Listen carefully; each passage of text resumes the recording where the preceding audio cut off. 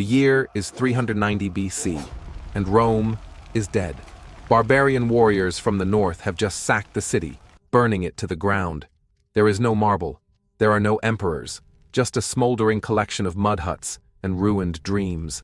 By all historical logic, this city should have been forgotten. But it wasn't. Over the next few centuries, this pile of ash transformed into the undisputed capital of the world, a megacity of 1 million people, marble temples clawing 10 stories into the sky, an empire spanning 3 continents. We've all seen the ruins. We've seen the broken columns and the tourist traps. But most of us have never seen it alive. Using advanced AI tools cross-referenced with thousands of archaeological records, we have virtually reconstructed ancient Rome down to the finest detail. But we aren't just looking at buildings today. We are going to walk the streets. We are going to smell the incense, hear the riots, and uncover the blood-stained secrets hidden inside these walls. To understand our world today, we must walk through theirs. Welcome to the Eternal City. If Rome was the body of the empire, the Forum was its beating heart.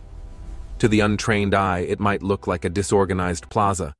But stand right here, on these cobblestones, and you are standing at the absolute center of human power. See that massive brick building?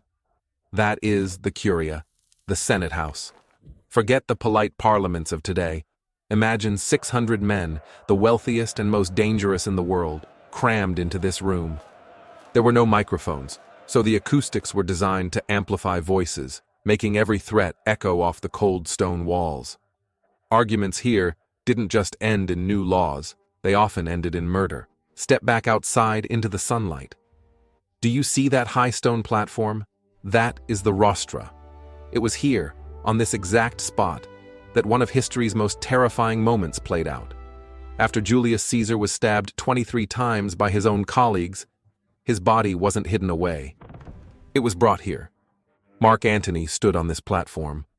We don't have a recording, but historians tell us the atmosphere was electric. Antony didn't just give a speech, he performed a piece of political theater. He held up Caesar's toga, stiff with dried blood, riddled with knife holes, and waved it in front of the mob. The crowd didn't just weep, they went insane. They tore apart the nearby shops, dragging out wooden benches and tables to build a massive funeral pyre right in the middle of the Forum. They cremated the most powerful man in Rome right where you're standing. But power in Rome wasn't just about shouting men and angry mobs. Just a few steps away stood something far more quiet and far more terrifying. The Temple of Vesta. Inside this small circular temple, a sacred flame burned for over 1,000 years. The Romans were superstitious. They believed that if this fire ever went out, Rome itself would fall. The women tending it, the Vestal Virgins, were the only women in Rome with real political power. They could pardon prisoners just by touching them. They owned property. They were untouchable. But the price for this power was a nightmare. They served for 30 years and had to remain virgins. If a Vestal broke her vow, Roman law forbade spilling her blood. So they found a loophole. She would be taken to an underground chamber near the city gate, given a single loaf of bread and a lamp, and then buried alive, left to suffocate in the dark as the air slowly ran out. This happened multiple times. Rome was beautiful, but beneath the marble, it was always brutal. The Forum was where the politics happened. But if you look up towards the massive hill overlooking the plaza, that's where the madness lived. This is Palatine Hill. The word palace literally comes from Palatine. This hill is the origin of luxury. But the story of this hill is a tale of 2 different kinds of power. First, look at the Domus Augusti, the home of Rome's very first emperor, Augustus.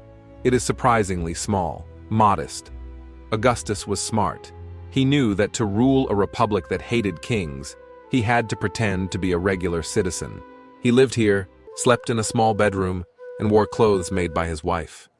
But centuries later, that mask slipped off completely. Enter Emperor Domitian. He didn't care about pretending. He wanted to be a god. He bulldozed the center of the hill to build the Domus Flavia. This wasn't a home. It was a weapon of intimidation. Walk into his throne room. The ceiling soars 30 meters above your head. That's a 10-story building. You would walk 100 feet across a colored marble floor just to kneel before him. He held state banquets here, where hundreds of guests ate flamingo tongues and dormice dipped in honey, surrounded by fountains and statues. But there is a detail here that reveals the emperor's mind: the walls. Domitian was terrified of assassination. He knew everyone in this room wanted him dead. So he lined the walls of his porticos with phengite, a rare, highly reflective stone. He turned his entire palace into a mirror. Wherever he walked, he could see what was happening behind his back. He lived in the most luxurious prison ever built, trapped by his own paranoia. And because he couldn't trust the public, he brought the entertainment to him. Right next to the palace sits the Stadium of Domitian, a private, 160-meter-long sunken garden shaped exactly like a racetrack. While the poor fought for bread in the streets below, the emperor could sit on his balcony and watch private athletic games right in his backyard. It was isolation at its finest. But while the emperor watched his private games in silence, down in the valley, the real action was happening. You can almost hear it. The sound of 150,000 people screaming for blood. Welcome to the Circus Maximus. We talk about the Colosseum, but the circus was the true giant, the largest stadium in the entire ancient world. Formula One has nothing on this. Imagine 12 chariots, 4 teams, red, white, blue, and green. 7 laps of pure suicide. The drivers tied the reins around their waists to steer with their body weight. Smart, until you crash. If your chariot flipped, you were dragged to death instantly, unless you could cut yourself free with a small dagger they carried for this exact moment. Most didn't make it. They were the sports superstars of antiquity. One driver, Scorpus, won over 2,000 races and died at 27. The ones who survived became wealthier than senators. And the fans? They were hooligans. People didn't just cheer, they rioted. They cursed opponents with lead tablets buried in the track. Loyalty to the Greens or Blues was like a gang affiliation. Emperors were terrified of these crowds. Because in Rome, a bored mob is a dangerous mob. So they kept them fed, and they kept them entertained. But racing was just the appetizer. If you wanted the main course, you had to go down the street to the Colosseum. The circus was about speed. But the Colosseum was a machine designed for one thing only: death. And what happened beneath its floor is far more advanced and far more disturbing than you think. Welcome to the Hypogum, the underworld. While 50,000 people cheered above, hundreds of slaves worked down here in the dark, suffocating heat. This wasn't just a basement, it was a factory.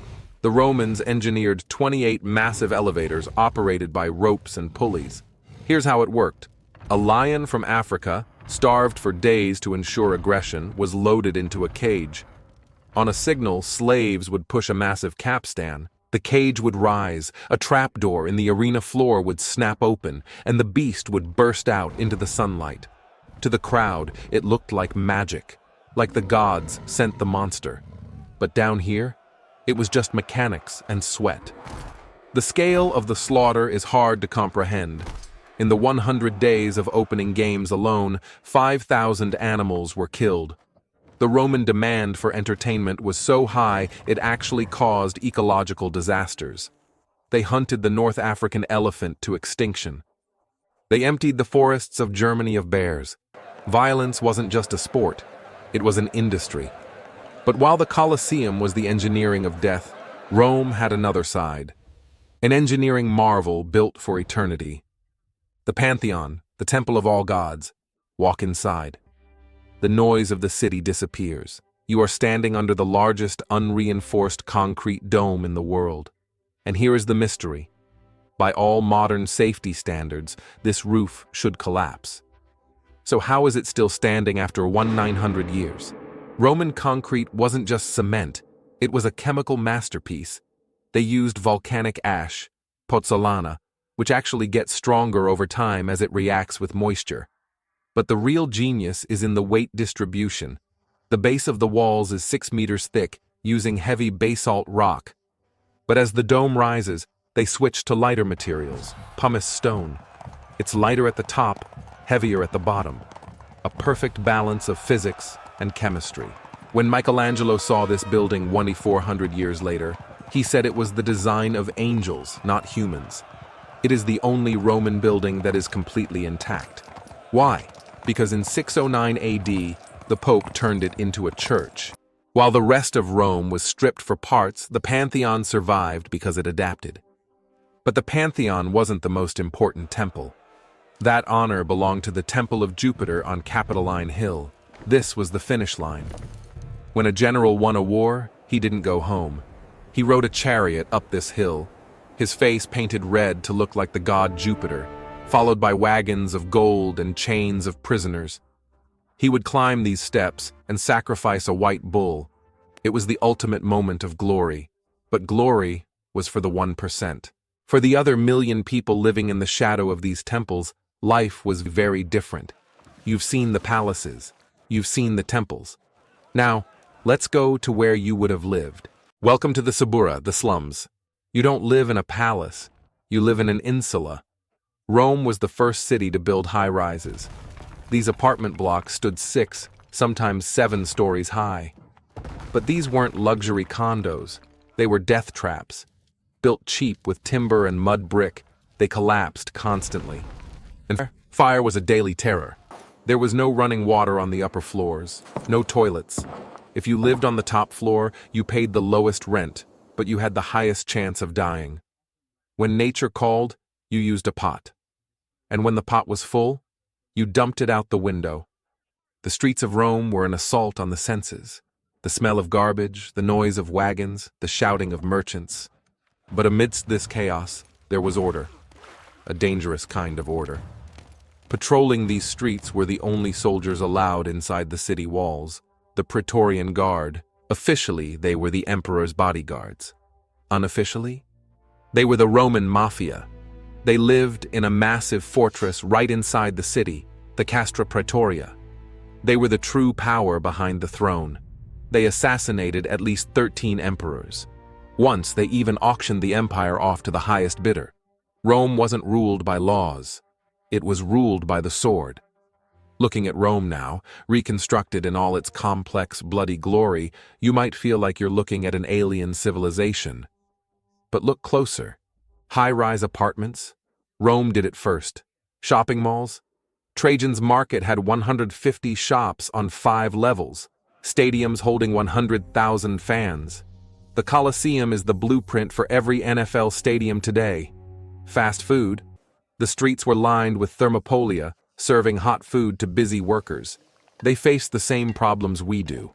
Overpopulation, traffic, wealth inequality, political corruption, the need for clean water and entertainment. Rome didn't just build a city. They answered the fundamental question: how do 1 million people live together without killing each other? The empire fell 1,500 years ago. The marble is broken. The emperors are dust. But the idea of Rome never died. We are still living in their buildings. We are still using their laws. We are still speaking their words. Rome isn't just history, it's us. Thank you for joining me on this journey through time. If you want to see us reconstruct the lost city of Atlantis or the pyramids of Egypt next, let me know in the comments. And remember to subscribe, because history is just getting started.